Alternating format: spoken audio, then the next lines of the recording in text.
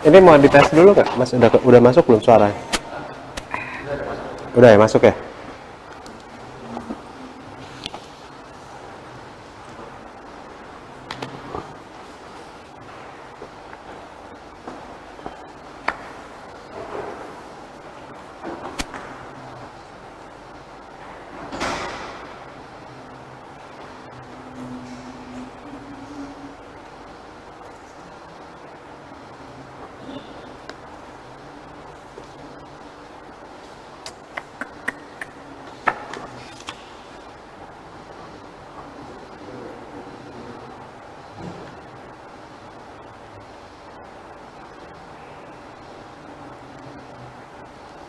Oke, selamat malam. Sekarang di hari ini saya sudah ada di Padepokan Karya untuk sebenarnya bukan debat sih, lebih ke arah ngobrol-ngobrol santai sama orang yang pas lah, atau seorang pakarnya, seorang yang menjalani ini sebagai kegiatan sehari-harinya. Yang mau kita bahas sekarang itu khususnya adalah tentang Omnibus Law, tapi khusus untuk yang terkait dengan hubungan kerja atau perburuhan. Bersama saya sekarang sudah ada Mbak Dita Indasari, yang saat ini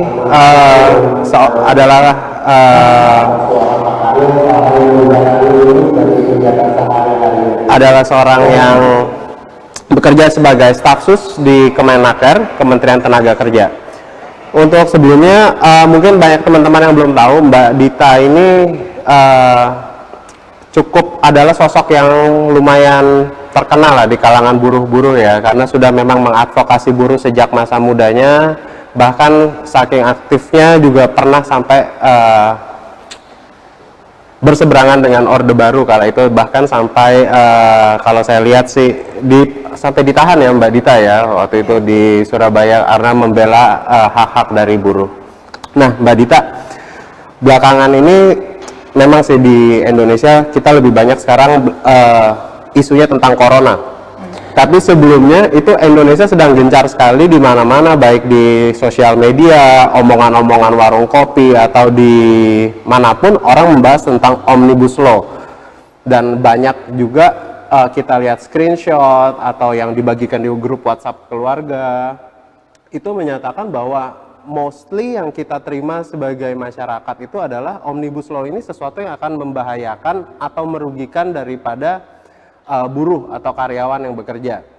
Nah, Mbak Dita, jadi kita akan pelan-pelan belajar atau mengetahui insight daripada Omnibus Law ini dari Mbak Dita yang memang bukan dibilang corong pemerintah ya, tapi memang Mbak Dita ini bekerja sebagai stafsus di Kemenaker, yang artinya sehari-hari tentu berkutat dan berhubungan dengan buruh itu sendiri ya, dengan permasalahannya sehari-hari. Karena kemarin Mbak Dita ini cukup sibuk sekali, kemarin ada bertemu dengan segenap elemen-elemen perburuhan, mengadakan seminar-seminar. Nah Mbak Dita, boleh nggak diceritakan secara singkat Omnibus Law itu apa sih Mbak? Ya, Omnibus Law itu kan satu program yang digagas oleh Pak Jokowi dalam bidang regulasi, yang tujuannya untuk menjadi terobosan, menjadi solusi dari problem ekonomi kita. Nah, solusi terobosan yang mau disampaikan atau mau diperjuangkan oleh Pak Jokowi ini bukan hanya di bidang ketenaga kerjaan, tapi overall, jadi komprehensif. Ada 11 klaster, ada 11 bidang yang ingin direform regulasinya, terkait di bidang perizinan, birokrasi, kemudian transformasi ekonomi, lalu ketenaga kerjaan tentu, ada juga bidang pertambangan, kehutanan, pertanian, lingkungan hidup, jadi utuh. Karena ada situasi global yang membutuhkan kita untuk melakukan terobosan dan adaptasi, sehingga kita bisa memenangkan kompetisi global yang semakin tajam, dan juga mengatasi pelambatan ekonomi global yang sedikit banyak memang mengganggu perekonomian dan menciutkan lapangan kerja kita. Jadi butuh solusi yang nggak biasa-biasa aja, bukan solusi normatif, tapi memang solusi yang bisa menjangkau seluruh klaster, seluruh bidang sekaligus, sehingga bisa mengatasi berbagai persoalan secara cepat. Nah, salah satu yang menjadi menarik kan tadi ada 11 klaster, ada perizinan, ada yang lain-lain. Tapi yang paling banyak disorot itu adalah tentang ketenaga kerjaan. Ya. Di salah satunya yang saya banyak lihat itu adalah isunya kita langsung aja yang paling banyak lah saya lihat karena kan hari-hari karena saya kebetulan di Jakarta waktu itu ada teman-teman buruh unjuk rasa bawa poster-poster itu benar nggak sih ada dengan omnibus ini akan ada penghapusan pesangon apabila terjadi PHK? Enggak, pesangon nggak dihapus. Pesangon nggak dihapus ya? Pesangon tidak dihapus. Pesangon tetap ada bagi karyawan pekerja tetap. Jadi status karyawan dalam hubungan kerja itu kan ada dua, pekerja tetap dan pekerja kontrak. Pekerja tetap mendapat pesangon kalau mereka ter-PHK. Jadi itu tidak dihapus. Tetapi memang nilainya tidak sebesar di undang-undang yang lama, undang-undang ketenaga kerjaan yang lama. Kenapa tidak sebesar undang-undang yang lama? Pasti kan teman-teman buruh nanya, kok kami dapatnya lebih dikit? Ya memang lebih sedikit. Kenapa? Karena nilai pesangon di undang-undang yang lama terlalu besar, sehingga tidak bisa diimplementasikan. Dari kasus-kasus yang masuk ke Kemnaker, ke kami, hanya 27% undang-undang yang lama itu jumlah pesangonnya bisa diterapkan. Selebihnya nggak bisa. Bahkan banyak pekerja mendapat pesangon jauh di bawah undang-undang yang lama. Sehingga undang-undang itu bagus di atas kertas, tapi nggak implementatif dalam realitas. Itu yang pertama. Kedua, guru-guru kemudian komplain, teman-teman pekerja. Berarti benar dong, pemerintah mengambil sebagian hak kita. Jangan salah, pemerintah mengurangi jumlah pesangon, tapi mengkompensasikannya dengan bentuk-bentuk lain. Bentuk-bentuk lain yang memang bukan cash. Yang pertama adalah jaminan kehilangan pekerjaan. Ya, jadi jaminan kehilangan pekerjaan ini adalah satu jaminan baru yang dibuat oleh BPJS Ketenagakerjaan khusus untuk mengcover sisa pesangon yang hilang tadi. Dan itu adalah sesuatu ketentuan atau produk hukum baru yang sebelumnya belum pernah diatur ya? Belum pernah. Jadi jaminan kehilangan pekerjaan ini khusus dibuat untuk mengcover kekurangan pesangon yang tadi, yang memang kita kurangi besarannya. Dapatnya dari mana jaminan kehilangan pekerjaan? Tidak menambah iuran pekerja, jadi pekerja tidak mengiur lagi untuk ini di BPJS. Pengusaha juga tidak mengiur lagi. Tidak ada juga anggaran dari APBN.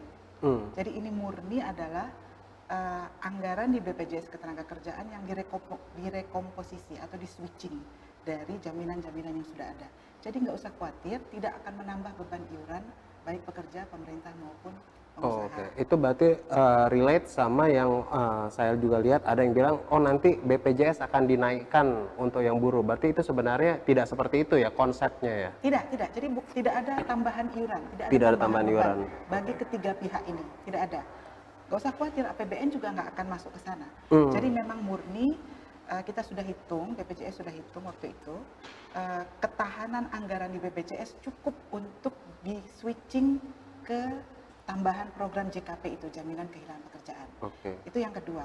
Yang ketiga, untuk mengkompensasi pesangon yang berkurang tadi, pemerintah juga beri skema pelatihan melalui kartu prakerja. Nilai pelatihannya 5 juta per orang, boleh pelatihan kejuruan apa saja. Kejuruan kameramen boleh, kejuruan menulis boleh, kejuruan jadi presenter juga boleh. Itu kemudian nanti setelah mereka selesai latihan diberi sertifikasi, itu juga gratis. Setelah selesai itu nanti diberi uang tunggu 500.000, kalau itu cash, itu cash benefit. Setelah latihan kasih uang 500.000 untuk menunggulah sampai dia dapat pekerjaan. Itu yang akan didapatkan teman-teman setelah kalau mereka ter-PHK. Nah, uang tunggu 500.000 ini akan sampai dia dapat kerja atau dibatasi waktunya? Apa satu kali one time? Satu kali saja. Jadi mereka harus ikut latihan dulu, setelah dapat sertifikatnya baru ditransfer cashnya ke teman-teman. Nah, kalau dalam praktik yang sekarang, tadi kayak Mbak Dita bilang, oh selama ini memang undang-undang yang sebelumnya itu tentang perburuhan yang tahun 2013 ya? 2003. Itu tentang pesangon memang bagus di atas kertas, tapi dalam implementasinya memberatkan dari sisi pengusaha atau pemberi kerja ya. Iya. Nah, itu seperti itu, praktiknya seperti apa sih Mbak? Apabila memang perusahaan tidak sanggup membayar, yang tadi Mbak bilang selalu banyak, hanya 27%. Solusinya seperti apa saat ini, sebelum berlaku, nanti mungkin akan diberlakukan Omnibus Law ini? Ya, solusinya tetap karena jumlah pesangonnya itu tidak terlalu besar, maka peluang untuk membayar itu secara full akan Oke. lebih besar. Itu yang pertama. Kedua, kan ada backup dari jaminan kehilangan pekerjaan, ada backup dari kartu prakerja, ya kan? Oke. Sehingga bisa dipastikan bahwa beban pengusaha juga tidak terlalu besar. Ada bantuan dari BPJS Ketenagakerjaan yang pekerja ini juga menjadi anggotanya, tanpa menambah beban iuran bagi mereka. Kemudian ada kartu prakerja yang juga dananya anggarannya dari APBN.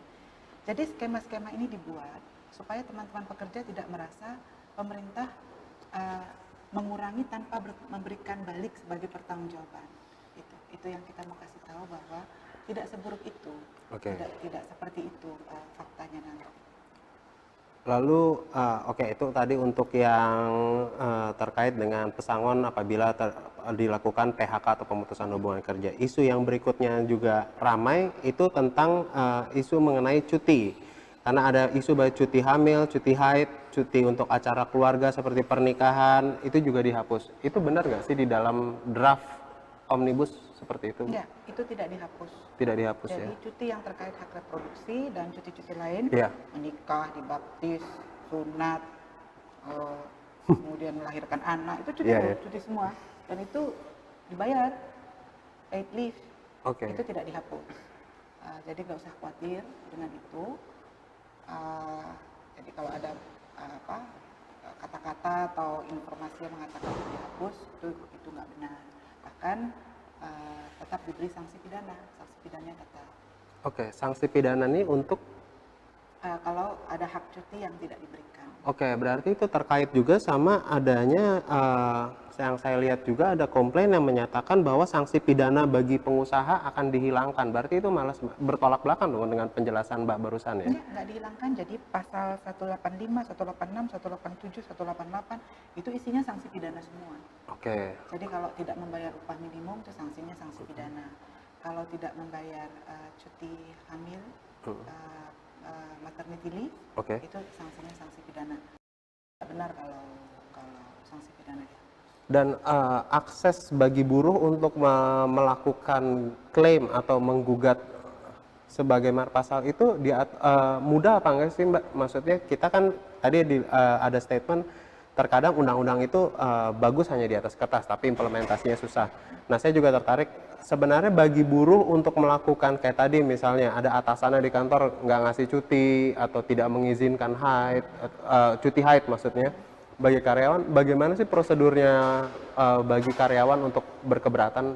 Jadi begini, sebetulnya undang-undang Omnibus Law ini menekankan pada bipartisme. Bipartisme itu adalah mekanisme penyelesaian yang mengandalkan negosiasi, dialog antar kedua belah pihak. Memang kita dorong itu karena kita beranggapan yang paling paham situasi di perusahaan adalah kedua belah pihak itu. Pemerintah kan pihak ketiga yang ada di luar, yang sifatnya memediasi kalau kedua belah pihak ini gagal berunding, gagal mencapai kesepakatan. Tapi semaksimal mungkin mereka harus berunding dulu. Jadi misalnya ada problem, kok cuti saya nggak dikasih, kok cuti saya nggak dibayar, gitu ya, atau dibayar setengahnya, atau macam-macam lah. Yang paling harus dilakukan pertama adalah serikat pekerja, kalau di situ ada serikat pekerja, harus mewakili si pekerja ini yang komplain tadi untuk bicara dengan manajemen.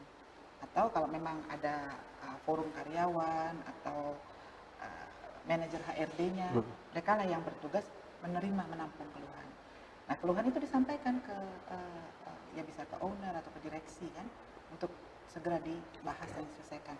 Nah, ini yang harus kita perkuat dulu supaya konfliknya itu tidak merembes keluar, padahal di dalam belum diselesaikan dengan maksimal. Gitu. Nah, itu mekanisme yang mau dipromot secara dipromot secara serius oleh Omnibus Law. Selesaikan dulu di dalam rumah tangga. Kalau memang secara maksimal udah nggak bisa, baru mediasi ke Dinas Tenaga Kerja atau ke Kemnaker. Dan itu semua aturannya ada tertulis di draft Omnibus Law yang baru ya berarti? Iya, ada. Jadi misalnya kayak seperti ada beberapa pasal yang stated di situ menyampaikan bahwa diatur dalam PP dan PKB. PP itu peraturan perusahaan, PKB itu perjanjian kerja bersama. Jadi hal-hal yang sifatnya detail dan teknis itu silahkan diatur di perjanjian kerja bersama di antar kalian. Pemerintah mengatur besaran-besarannya saja melalui undang-undang atau melalui PP. Gitu. Yang mana besaran-besaran itu pun sampai saat ini berarti belum ada ya, karena akan diatur lebih lanjut seperti itu. PP-nya kan nanti mengikuti setelah Omnibus Law kelar, baru PP-nya menyusul. Jadi teman-teman juga nggak usah khawatir, misalnya ada pertanyaan, berapa jaminan kehilangan pekerjaan kalian? Itu diatur di PP. Nggak mungkin di Omnibus Law semua hal dimasukkan. Karena ada 1.200-an pasal yang dibahas dari 82 undang-undang yang dibahas dalam Omnibus Law untuk menghasilkan Omnibus Law ini. Jadi kalau setiap persoalan didetailkan di dalam undang-undang, itu undang-undang bisa setebal ini gitu. Jadi ya makanya ada di PP, lanjut lagi diatur di PKB, perjanjian kerja bersama. Nah, Mbak Nit, salah satu lagi yang saya lihat banyak perlu dilakukan konfirmasi itu adalah membahas soal jam kerja, bahwa tidak ada lagi ketentuan mengenai 5 dan 6 hari kerja. Dalam Omnibus Law disebutkan waktu kerja paling lama 8 jam 1 hari dan 40 jam. Orang takut ini membuat pemberi kerja lebih karena mengeksploitasi buruh. Upah per jam maksudnya? Ada batasan nggak berapa jam kerja dari seorang buruh? Ya, jadi jam kerja menurut konvensi ILO itu 8 jam per hari, 40 jam seminggu. Dari International Labour Organization, PBB ya? Itu kita sudah ratifikasi. Di atas 8 jam kerja, statusnya adalah anak itu lembur, jadi dia harus dapat upah lebih besar per jamnya, ya kan? Misalnya jam ke-9, jam ke-10 dia dapat 1,5 kali gaji per jam, 1,5 kali upah per jam, dan jam kedua, jam ke-10 misalnya dapat 2 jam, 2 kali upah per jam. Itu ada hitungannya, ada rumusnya. Nah, sekarang Omnibus Law ini kan dibuat untuk 5, 10, 15, 20 tahun ke depan, bukan hanya untuk tahun depan dan tahun ini, di mana kita memprediksi pekerjaan akan menjadi lebih casualization of labor. Jadi menjadi lebih tidak terikat dengan jam kerja yang konvensional 8 jam. Bisa 3 jam, bisa 6 jam, bisa tidak harus orang ngantor. Berarti yang dari tempat manapun. Grand design-nya adalah melihat ke depan bahwa nanti mungkin dengan bertambahnya teknologi orang mungkin nggak harus lebih banyak menghabiskan waktu di tempat kerja, tapi itu implementatif nggak sih Mbak dengan untuk buruh-buruh yang kayak pabrik seperti itu? Nah, jadi ada dua. Bagi yang memang pekerja sekarang yang bekerja 8 jam per hari, 40 jam seminggu, itu tetap memang karena karakter pekerjaan mereka tidak mungkin di-reduce jam kerjanya. Mesinnya kan harus jalan terus. Nah, tapi ada jenis-jenis profesi dalam dunia IT, misalnya IT security, lalu programming, lalu misalnya bahkan editing. Itu yang jam kerjanya bisa hanya 3 jam sehari. Mereka kasih jasa ke perusahaan ini, lalu 3 jam lagi kasih jasa ke perusahaan lain. Itu kan jamnya hanya 3 jam di sini, 3 jam di sini, ya kan? Itu mereka kan harus kita pikirkan perlindungannya. Database management atau profesi-profesi di bidang IT lah, yang sifat kerjanya lebih fleksibel. Nah, atau misalnya beberapa profesi lain, nggak usah jauh-jauh lah, jurnalis. Jurnalis itu waktu kerjanya fleksibel, dan mereka tidak harus ngantor. Mereka bisa dimanapun, apalagi reporter. Kadang-kadang mereka 3 jam, udah ketemu narasumber, ketik berita, kirim, sudah selesai. Bisa juga mereka 3-6 jam per hari, tapi bisa juga 12 jam per hari. Jadi karakter pekerjaan seperti itu kan harus kita akomodir supaya ada perlindungan yang jelas buat mereka. Jadi yang 8 jam per hari, seperti yang teman-teman sekarang ini kebanyakan anggotanya seperti itu tetap, itu tidak berubah. Dan satu ya, mereka lalu takut, teman-teman khawatir, itu saya paham. Mbak, nanti itu tadi, dari 8 jam jadi 6 jam, ya kan? Kita jadinya nggak gaji bulanan lagi, tapi gaji jam-jaman. Nggak mungkin, karena sudah kami atur di sini. Gaji per jam itu jatuhnya lebih mahal. Kenapa? Karena untuk gaji per jam tadi itu kita masukkan komponen jaminan BPJS Ketenagakerjaan, BPJS Kesehatan, dan TAPERA, Tabungan Perumahan Rakyat. Kita masukkan, dan job security. Jadi jatuhnya gaji per jam itu lebih tinggi daripada gaji per jam yang konvensional, yang 8 jam kerja. Jadi buat pengusaha, kita mau kasih warning sama pengusaha bahwa ini jangan sampai jadi moral hazard kalian mereduksi jam kerja dengan alasan ada gaji per jam. Kami naikkan gaji per jam menjadi lebih mahal supaya kalian tidak seenaknya mereduksi yang 8 jam menjadi per jam. Jadi kita bikin barriernya ya, supaya kalau memang anak itu harus bekerja 3 jam, 6 jam, oke, ini mekanismenya. Kalian dapat gaji per jam lebih gede. Tapi bagi yang 8 jam per hari, itu tetap. Tetap seperti yang sekarang, nggak usah khawatir. Tidak boleh berubah, dan tidak bisa juga diubah karena karakter pekerjaan. Nah, ini juga akan terkait sama, saya juga baca isu bahwa adanya, kan sekarang ada upah minimum, ada UMR, lalu ada yang dihitung UWP, dihitungnya akan berbeda antar provinsi. Itu terkait nggak dengan penjelasan Mbak tadi? Karena ada juga isu yang menyatakan kalau yang tadi baseline-nya dibuang, nanti akan semena-mena ada di perusahaan dan akan melemahkan daripada posisi buruh sendiri. Jadi upah minimum itu, ya upah minimum provinsi yang kita ada di Omnibus Law ini adalah sebetulnya jaring pengaman dan intervensi pemerintah untuk melindungi batas bawah. Jadi jangan sampai pekerja digaji di bawah upah minimum. Nah, disebut upah minimum provinsi karena memang diputuskan melalui SK Gubernur provinsi. Gitu. Nah, upah minimum provinsi ini ada prinsipnya. Jadi dia hanya berlaku untuk anak tahun pertama. Jadi masuk kerja setahun pertama itu kena upah minimum. Tahun kedua, bulan ke-13, bulan ke-14 itu gajinya sudah harus naik. Jadi dia nggak boleh lagi bulan ke-13, bulan ke-14 masih sama dibayar seperti bulan ke-12, nggak boleh lagi. Jadi upah minimum itu betul-betul safety net, jaring pengaman. Dan itu sebenarnya sepertinya hal yang baru ya di Omnibus ini ya. Sebelumnya apa sudah seperti itu, Mbak? Memang begitu. Konsep upah minimum adalah intervensi pemerintah untuk menjaga agar batas bawah itu jangan dilampaui. Nggak boleh dibayar di bawah itu, makanya sebut minimum. Lalu yang berikutnya juga rame itu kan yang sepertinya dari zaman dulu, dari yang sebelum-sebelumnya masih belum selesai itu kan mengenai outsourcing, Mbak. Bagaimana Omnibus Law, ada nggak terobosan baru Omnibus Law terkait bidang outsourcing? Jadi kalau Undang-Undang 13 kan dia mengatur secara rigid ya, outsourcing. Nah, di dalam Omnibus Law ini,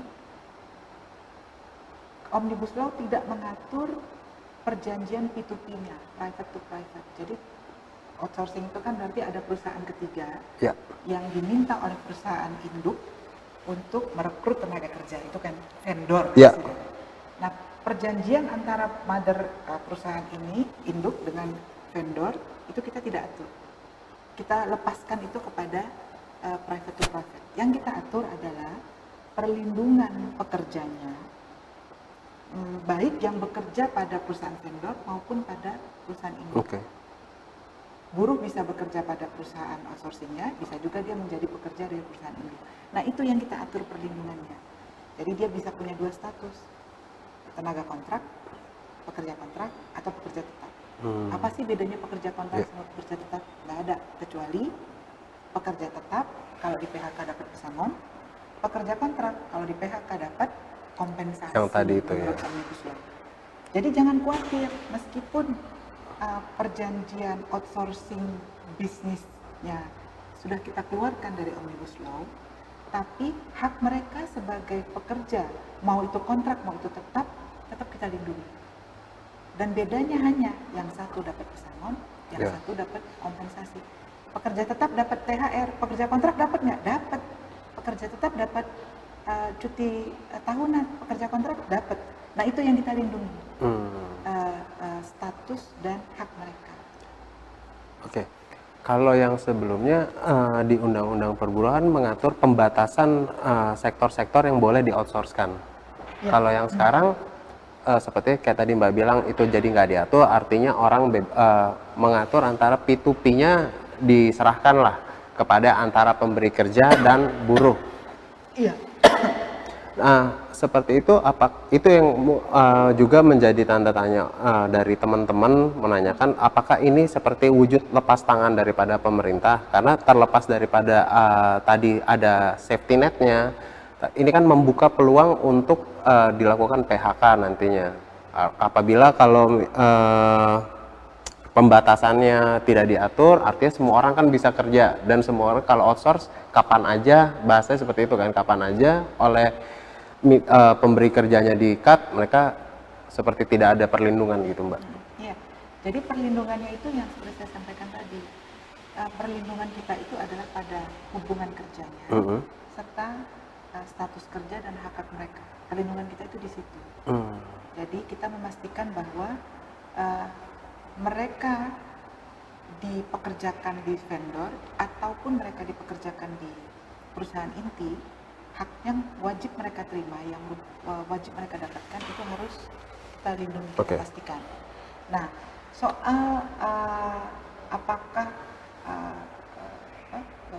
jenis pekerjaan apa yang dikerjakan oleh pekerja itu memang sangat tergantung dari kesepakatan antara perusahaan dengan pekerja, karena semuanya kan memang harus diikat dalam perjanjian kerja bersama atau PKB. Nah, jadi memang jenis-jenis pekerjaannya kita serahkan pada tripartit itu. Nah, terkait sama tadi berarti kalau sudah dilepaskan P2P seperti itu, kan sekarang kita ada persaingan global yang tadi memang kita buat omnibus law untuk menghadapi persaingan global yang dari tahun-tahun sebelumnya sudah dibilang mau ada AFTA segala macam, artinya buruh kita bisa bekerja di luar negeri dan vice versa kan, buruh asing juga bisa bekerja di sini. Nah, ini juga saya banyak mendapatkan pertanyaan dari teman-teman kemarin, benar nggak sih omnibus law ini memudahkan bagi karyawan asing dan untuk dapat bekerja di sektor-sektor industri di Indonesia, sehingga yang dikhawatirkan kan ya karena masuknya asing ini jadi yang buruh-buruh Indonesia mengalami kesulitan dalam bersaing, karena beberapa sektor yang harusnya umumnya diisi hanya oleh orang Indonesia, asing yang masuk. Itu benar nggak sih? Jadi gini, di dalam omnibus law ini dikatakan bahwa yang harus diurus itu izin kerja, izin tinggal. Oke. Nah, pekerja asing yang tidak butuh dua-duanya itu ada hanya dibatasi 5 atau 6 macam profesi. Yang satu diplomat, itu sudah pasti diplomat tidak perlu izin kerja ya, karena mereka putusan dari negara lain. Yang kedua adalah pekerja yang bekerja dalam soal vokasi pendidikan, itu tidak butuh. Pekerja keagamaan itu juga nggak butuh. Kemudian pekerja yang membawa uang untuk investasi, orang yang membawa uang untuk investasi itu juga tidak perlu. Di luar itu semua harus ada izin kerja dan izin tinggal kemudian. Nah, untuk bisa dapat izin kerja itu syaratnya apa? Harus ada sertifikat kompetensi, harus ada ijazah sesuai pendidikan, sesuai jenis pekerjaan yang dia mau masuk. Kemudian ada rekor, ada perusahaan yang memberi sponsor, harus bayar uang pajak tenaga kerja asing $100 per bulan atau $100.200 per tahun. Jadi dengan syarat-syarat yang ini, itu tidak mungkin dianggap kita memberi peluang mereka masuk sebesar-besarnya. Karena syarat kompetensi tetap, syarat administrasi tetap, sponsor tetap, uang untuk disetor ke pemerintah Indonesia tetap, uang pajak ya, PNBP sih maksudnya itu tetap. Jadi kalau dibilang kita membebaskan tenaga kerja asing itu juga tidak benar, kecuali yang tadi saya sampaikan itu untuk yang orang profesi-profesi tertentu yang kita anggap ya memang sudah selayaknya lah.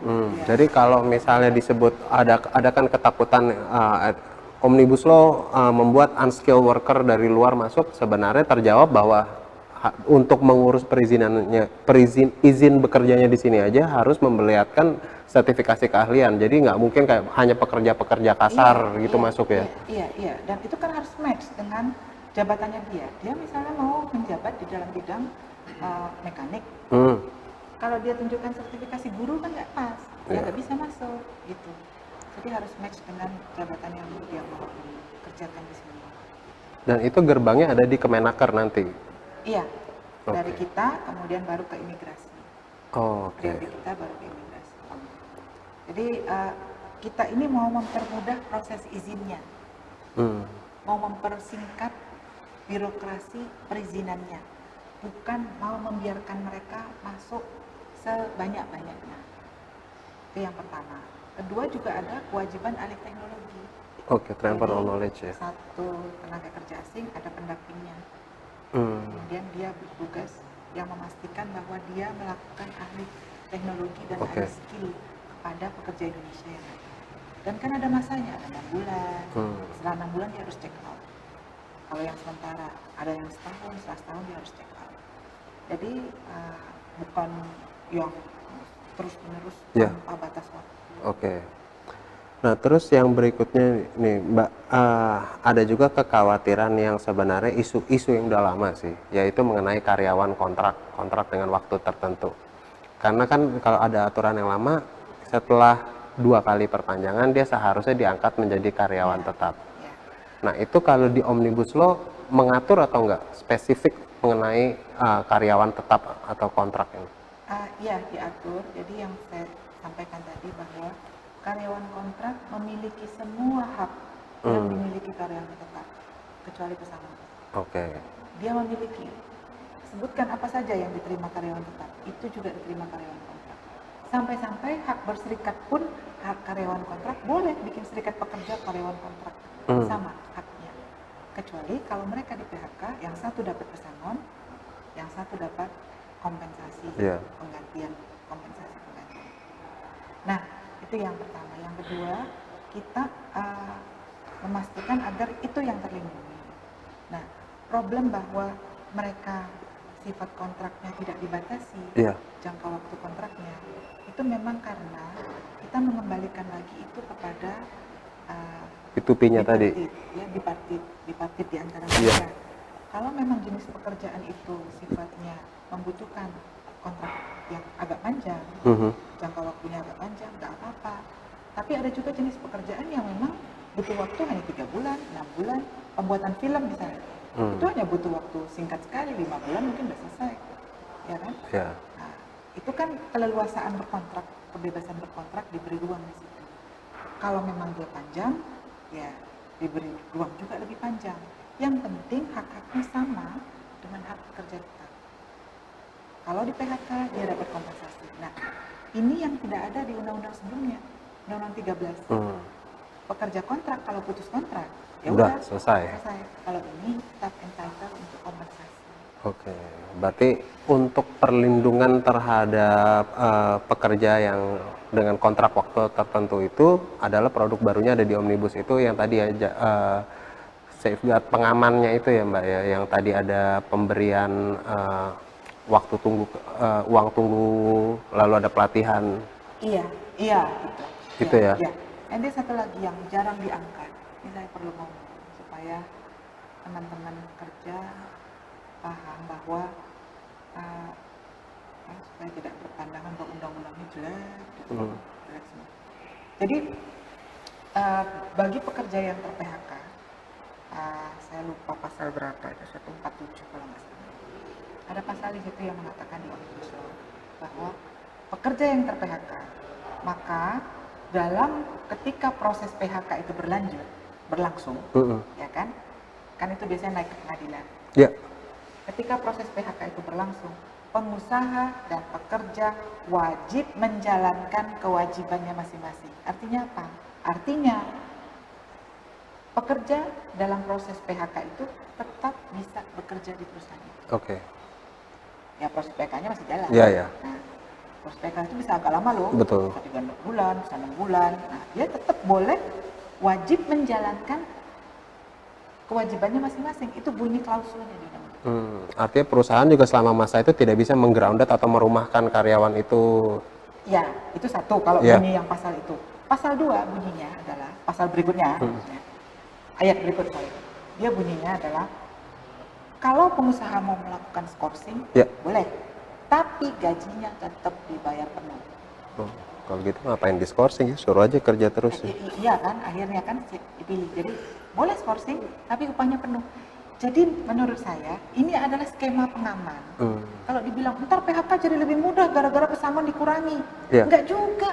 Wong selama masa tunggu PHK masih wajib menjalankan pekerjaannya kok. Atau kalau dia udah sebel nih sama buruh, udah Iya. saya udah enek sama kamu keluar aja. Dia tetap harus bayar loh Iya. gajinya sampai jatuh putusan PHK-nya. Ini kan skema pengaman, jadi nggak semena-mena bisa di PHK Iya. kalau pesangonnya dikurangi. Nah itu yang tadi saya bilang bahwa memang jangan dilihat hanya pesangonnya menciut, Iya. tapi lihat secara utuh skema lain yang membuat PHK itu menjadi tetap susah, nggak semudah itu orang di PHK. Jadi sebenarnya kalau yang tadi mostly sudah saya tanyakan semua sih, secara ini hanya secara umum sih Mbak ya, karena kan masih akan dibahas lebih lanjut lagi. Seperti tadi ada hal-hal seperti yang Mbak sampaikan, ada hal-hal baru, hal-hal yang lebih melindungi buruh. Iya. Itu selama ini sebenarnya ada nggak sih upaya dari pemerintah untuk memberikan penjelasan, maksudnya secara langsung dari Kemenaker lah. Karena kan selama ini isunya menjadi simpang siur, karena kita tahu di sosial media ada yang ya orang yang dianggap buzzer, oh jadi kompetensinya agak diragukan untuk memberikan penjelasan-penjelasan. Kompetensi siapa? Orang-orang Mbak yang kayak Di contohnya media. di media kan, ini Media sosial. betul, itu karena selama ini sering seliweran tuh Mbak. Jadi penjelasan-penjelasan yang seharusnya keluar dari Mbak sebagai orang staf sus atau orang yang benar-benar dari Kemenaker lah yang mengurusi ini, sudah sejauh apa sih? Sampai maksudnya kita kan lihat di mana-mana kemarin ada Gejayan memanggil seperti itu. iya. Artinya kan banyak hal-hal yang belum dijembatani atau tersampaikan dengan baik. Jadi kan ada juga, wajar menurut saya, ada mahasiswa yang kritis mengkritisi ini. Biarpun kita sama-sama tahu bahwa ini masih draft, masih kita belum tahu nanti setelah dibahas di parlemen seperti apa produk akhirnya kan Mbak ya. Ada nggak sih forum-forum diskusi akademis seperti itu yang sudah dilakukan? Di Kemnaker itu setiap hari kita dialog dengan pekerja. Oke. Kalau nggak Bu Menteri, ya Bu Dirjen. Kalau nggak Bu Dirjen, Direktur, Eselon 2, Eselon 3, Eselon 4. Ya, kadang-kadang saya juga mau dialognya terbuka, formal, setengah formal, informal, lesehan, resmi, serius, ketawa-ketawa. Setiap hari dialog. Setiap hari. Apakah di Jakarta, kebetulan Ibu ada kunjungan ke Bandung yang ngumpulin anak-anak di Bandung, kunjungan kemana, ke Semarang yang ngumpulin anak-anak di Semarang, gitu, teman-teman pekerja. Jadi kalau soal dialog itu nggak kurang-kurang, mau berbagai apapun bentuknya. Tapi kan problemnya itu begini dengan teman-teman pekerja ya. Kenapa banyak yang menolak? Yang pertama bisa jadi itu tadi, teman-teman itu baca, tapi nggak baca utuh. Betul. Jadi dibacanya cuma pesangon menciut. Ya. Oh ada JKP, tapi tetap nggak cukup. Oh ada kartu prakerja, oh tetap nggak cukup. Betul. Tapi ternyata mereka nggak baca yang lain bahwa PHK itu ternyata tetap susah buat pengusaha, tetap nggak mudah. Ada barriernya juga. Itu satu, jadi tidak utuh membaca. Kedua salah tafsir, Ya. salah menafsirkan. Misalnya mereka bilang, bener nggak nih jaminan kehilangan pekerjaan? Jangan-jangan kita disuruh tambah mengiur lagi ke BPJS. Nggak ada iuran tambahan dari peserta.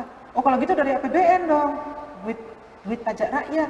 Enggak juga, itu sudah dihitung oleh BPJS Ketenagakerjaan. Anggaran mereka bisa direkomposisi untuk itu, di switching untuk itu. Itu salah penafsiran. Belum lagi ada beberapa hal yang memang diatur di PP. Jadi mereka belum diatur. apa ini ya di PP nanti? Gimana bunyinya? Betul. Ini spekulasi lagi. Nah itu jadi panas lagi. Atau ada juga yang memang distrust. Distrust kepada pemerintah. Memang nggak percaya. Jadi sebagus apapun nggak pengaruh ya? Memang tidak percaya. Jadi dan saya paham karena saya paham rasanya itu tidak percaya sama pemerintah. Pokoknya pemerintah salah aja. Ngomong apa ya salah gitu. Saya paham. Maksudnya teman-teman punya pemikiran seperti itu. Nah, bagi yang memang ada distrust atau tidak yakin, itu effort untuk ngajak mereka diskusi dan dialog itu harus lebih besar. Nah, kita bersyukur kita punya demokrasi ya. Jadi dengan adanya demokrasi orang bisa ketemu, kita bisa saling tahu. Kamu nggak setuju apa sih kata aku? Oh jadi kita perbaiki. Misalnya contoh soal outsourcing itu, kok dilepas begitu saja, nggak ada batasannya. Bagi Kemnaker itu jadi masukan. Itu betul-betul jadi masukan kita dan kita sedang susun bagaimana agar itu ya membuat skema itu tidak dilepaskan begitu saja. Mungkin ada pilih beberapa sektor yang tetap kita yang boleh di outsourcing. Jadi nggak dilepaskan. Kalau sebelumnya kan hanya 5. Betul. Nah, itu terlalu rigid. Apakah nanti 15, 20 gitu ya. Itu jadi masukan kami serius, benar-benar. Karena memang kita paham itu membuat mereka gelisah gitu. Nah, itu kan kita bicara untuk perlindungan untuk buruh kita, warga negara Indonesia yang bekerja di Indonesia. Ada nggak sih produk di Omnibus Law ini yang akan nanti diundangkan kalau misalnya lolos ya, untuk perlindungan terhadap pekerja Indonesia yang ada di luar negeri atau dipekerjakan di luar negeri? Oh, itu lain undang-undangnya. Oh, itu lain, nanti ada sendiri ya? Sudah ada Undang-Undang Nomor 18 2017 tentang PMI. Bukan palang merah ya, pekerja migran Indonesia. Tadi itu titipan dari netizen, Mbak. Oh, itu ya. Iya, ada titipan. Ini saya hanya baca. Itu ketat. Kalau itu ketat, lebih ketat lagi itu. Tuh, dengerin itu ketat lebih ketat lagi. Karena peran negara, pemerintah pusat dan pemerintah daerah adalah melakukan pelatihan terhadap pekerja migran. Kalau dulu kan pelatihan oleh pihak swasta. Nah, di undang-undang itu pelatihan oleh negara. Makanya kita alokasikan kartu prakerja untuk calon PMI. Jadi PMI yang mau berangkat ke Singapura, walaupun sekarang nggak boleh dulu ya, ke Hong Kong, ke Taiwan, kemana, itu latihannya bisa pakai kartu prakerja anggaran pemerintah. Jadi biaya mereka lebih kecil. Terus ini Mbak, kalau teman-teman juga melihat kan di eranya Pak Jokowi ini kan sedikit-sedikit kesannya atau mungkin memang beliau ingin menarik lebih banyak investasi asing untuk masuk ke dalam Indonesia. Nah, banyak juga yang mensinyalir bahwa Omnibus Law ini juga membuka peluang bagi asing untuk menginvest di Indonesia dengan tidak memperhatikan kesejahteraan buruh seperti yang tadi kita sudah bahas. Padahal sebenarnya ada step-step pemerintah yang diberikan untuk membatasi ini. Ada tanggapan nggak, Mbak? Benar nggak sih Pak Jokowi itu hanya presiden itu hanya yang penting invest masuk dulu. Enggak. Jadi kalau saya lihat justru gini, 97% ekonomi kita kan informal. Sektor labor yang informal labornya 57%. Jadi peran UMKM, usaha mikro kecil menengah di dalam menopang perekonomian kita khususnya dalam situasi yang nggak sehat ini itu besar sekali. Dan Omnibus Law ini jangan dianggap bahwa ini merupakan hanya titipan penumpang gelap. Penumpang gelapnya siapa? Korporasi-korporasi besar, kapitalis besar. Omnibus Law ini adalah sebuah kapal yang di dalamnya penumpangnya macam-macam. Jadi kapal Nabi Nuh gitu loh. Jadi ada UMKM numpang di situ, ada urusan pekerja, ada urusan petani di situ karena ada tanah kan, ada urusan pertambangan, lingkungan hidup, pertambangan di situ ada pengusaha pastilah. Nah, UMKM itu mendapat porsi perlindungan yang besar di Omnibus Law. Jadi begini, usaha kecil menengah kalau mau berdiri sekarang nggak perlu pakai izin. Karena perizinan usaha itu pakai sekarang standar resiko. Jadi standarisasi resiko. Nah, UMKM itu kan masuk kategori jenis usaha yang standar risikonya rendah. Karena size-nya kecil, teknologinya kecil mungil, orangnya juga kecil, paling cuma 4-3. Nah, untuk jenis kategori usaha seperti ini, yang adalah 89% dari ekonomi kita, tidak perlu izin. Cukup pendaftaran dan dikasih nomor izin usaha dari dinas teknis setempat. Misalnya dia mau buka warung, ya warung seafood, nasi goreng dan seafood atau nasi uduk, ya, dia cukup nggak perlu izin, dia cukup tanda daftar saja dari dinas perdagangan di situ, itu saja cukup. Nah, kenapa? Karena memang mau ada passion untuk membesarkan UMKM. Oke. Lalu ada bantuan KUR dari pemerintah jelas untuk UMKM, 6% disubsidi, bantuan pelatihan, kartu prakerja di dalamnya juga ada skema untuk UMKM. Kemudian ada bantuan marketing atau pasar, digitalisasi untuk UMKM. Jadi kalau dibilang Omnibus Law ini fokus pada Asing. pengusaha besar asing pula, itu sih nggak benar, karena saya lihat kok pasal-pasal UMKM-nya itu memang memudahkan yang kecil untuk menjadi besar atau melindungi yang kecil dari yang besar itu. Dan juga ini juga ada yang bertanya kan, benar nggak sih ini Omnibus Law ini ada mengecilkan atau membatasi daripada wadah serikat buruh daripada perusahaan-perusahaan itu? Enggak ada ya? Enggak. Soalnya kemarin saya lihat di poster besar tuh. Enggak. Oh, enggak ada ya? Jadi, ini sebagai contoh, pengusaha dilarang mem-PHK buruh, itu dibunyi di Omnibus Law, yang sedang melakukan kegiatan serikat pekerja atas sepengetahuan dan kesepakatan bersama. Jadi dilarang mem-PHK buruh atau memotong upahnya kalau dia sedang tidak bekerja karena melakukan tugas serikat pekerja. Misalnya dia sedang pelatihan serikat pekerja, dia nggak masuk kerja kan, nggak ngantor, nggak boleh di PHK, gaji nggak boleh dipotong. Gitu. Kalau dia sedang demo unjuk rasa, memprotes, boleh demo apa? Demo itu 5 hari, ya ada syarat-syaratnya sih demo. Satu, demo itu harus terjadi karena gagal berunding. Kalau belum berunding, langsung demo, terus kamu demo, itu ilegal. Belum berunding, belum ngomong, udah main demo aja, nggak boleh. Harus berunding dulu, gagal, ya udah kami demo ya, kan gagal, deadlock, itu boleh. Nah, 5 hari maksimal waktunya. Lebih dari 5 hari dianggap mengundurkan diri. Jadi demo Senin, Senin, Selasa, Rabu, Kamis, Jumat harus berhenti. Kalau misal terjadi deadlock juga di situ dan tidak ada perbaikan, misal mereka menuntut naik gaji. Pemerintah masuk sebagai pihak ketiga, pemerintah mengintervensi untuk melakukan mediasi. Sudah, jangan ribut, pemerintah masuk. Jadi ada tahapan. Jadi bipartit itu memang harus kuat. Makanya teman-teman serikat pekerja juga ini challenge buat mereka, tantangan supaya memperkuat plan level union ya, serikat pekerja di tingkat perusahaan. Kalau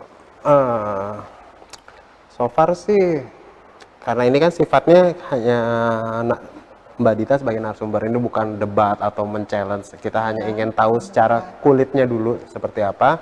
Nanti mungkin di sesi yang berikutnya akan dilakukan lagi dengan mungkin dari pihak yang ingin bertanya lebih serius atau ingin men-challenge juga. Mbak Dita bersedia ya? Oke deh, itu aja dari saya, Victor, dan terima kasih waktunya Mbak Dita. Sama-sama. Nanti kita akan ngobrol-ngobrol lebih lanjut lagi. Thank you semuanya.